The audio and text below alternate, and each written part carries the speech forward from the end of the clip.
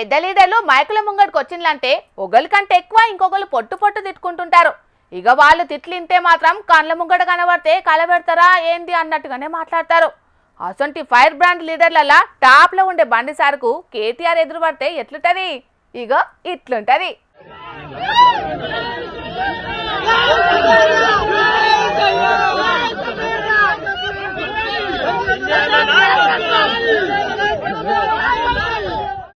అయ్యో గిట్లుంటదని మేము అస్సలు ఊహించలేదు. వేరే లెవెల్ ఉంటదని అనుకున్నాం అంటారేమో మీరు. కానీ సందర్భం అసొంటిది కాదు. లీడర్లు చూసుకుందాం రాని సవాలేసుకున్నప్పుడు అయితే బరాబర్ అట్లనే ఉండు గాని వరద బాధితులను పరామర్శించడానికి వరద తీవ్రత ఎట్లున్నదో చూడడానికి వచ్చిరు కాబట్టి గిట్లున్నదన్నట్టు.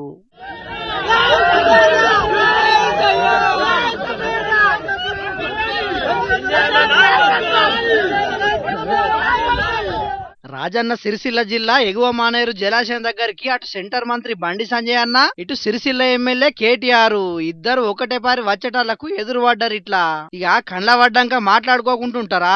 ఏందన్నా గ్లామర్ తగ్గింది సన్నపడ్డావు అని బండి సంజయ్ అంటే నవ్వుకుంటానే జుట్టు కూడా ఊడిపోతుందన్న అనుకుంటా కేటీఆర్ బదులిచ్చిండు. అట్లనే వరద సహాయ కార్యక్రమాల గురించి కూడా మాట్లాడుకున్నారు లీడర్లు ఇద్దరు. మొత్తానికైతే రాష్ట్ర రాజకీయాల్లో ఎప్పటికీ ఉప్పు నిప్పు లెక్క వండుకుంటా సందు దొరికినప్పుడల్లా మాటల తూటాలు వేలుసుకునే నాయకులు ఇట్లా పలకరించుకునేటలకు రెండు పార్టీల కార్యకర్తలు అలా నాయకులకు జిందాబాదులు కొట్టిండ్రు. ఈ సీన్ చూసిన కొంతమంది మాత్రం రాజకీయాల్లో బద్ద శత్రువులైన ఇద్దరిని వరదలు కలిపినాయి అనుకుంటా కామెంట్లు చేయబట్టిండ్రు. ఇక అటు వరదలు సిక్కుకున్నోళ్ళ ఇంటోళ్లను పరామర్శించిన కేటీఆర్ అన్ని విధాలా ఆదుకుంటామని భరోసా ఇచ్చిండు వాళ్లకు. అన్ని రకాలుగా నేను చీఫ్ సెక్రటరీ గారితో నేను మాట్లాడితే దేవులాడి ఉండడని అనుకుంటున్నాను.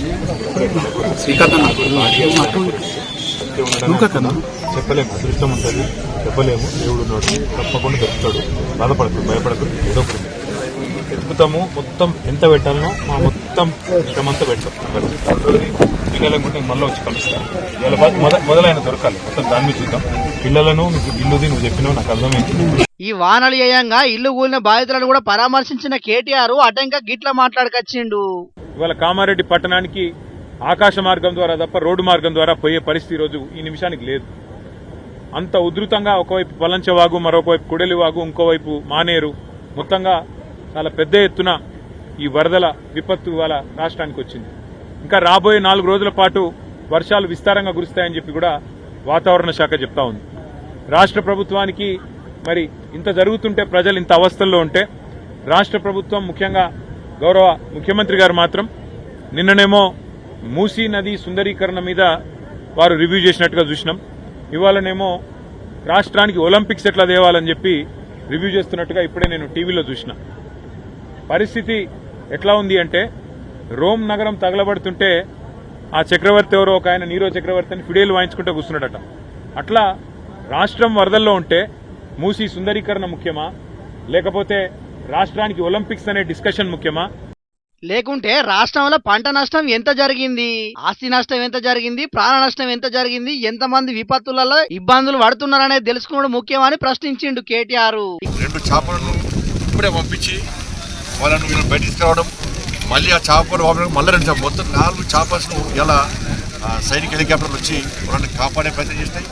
ఇటు రాష్ట్ర ప్రభుత్వం రిక్వెస్ట్, రాష్ట్ర నేను విమర్శిస్తలేనండి, కేంద్ర రాష్ట్ర ప్రభుత్వాల యొక్క సమన్వయం, సహకారం, ఇక్కడ స్థానిక నాయకులు ఆదిశ్వాస్ గారు కూడా ఇక్కడ ఉన్నారు, జిల్లా కలెక్టర్ గారు కూడా వచ్చి ఇక్కడ ఉన్నారు. జిల్లా కలెక్టర్ నేను ఒక వ్యక్తిని కాపాడాడు, పోయి వచ్చిండు, వాళ్ళకి ఫుడ్ పంపించాడు. ఇందులో రాజకీయ అభిప్రాయ భేదాలు ఏవి లేవు. మోడీ గారు, అమిత్ షా గారు, రాజ్నాథ్ సింగ్ వాళ్ళిద్దరు కూడా తెలంగాణ తరఫున, మా కరీంనగర్ పార్లమెంట్ నియోజకవర్గం తరఫున వాళ్ళిద్దరికీ నిజంగా హ్యాట్స్ ఆఫ్. ఇక లీడర్ల మాటలు ఎట్లున్నా అన్ని పనులు పక్కకు పెట్టైనా ఆపత్తులున్న ప్రజలను మాత్రం సర్కారు పెద్దలు, అధికారులు కలిసి కాపాడే ప్రయత్నం చెయ్యాలి. ఏమంటారు? అంతే కదా.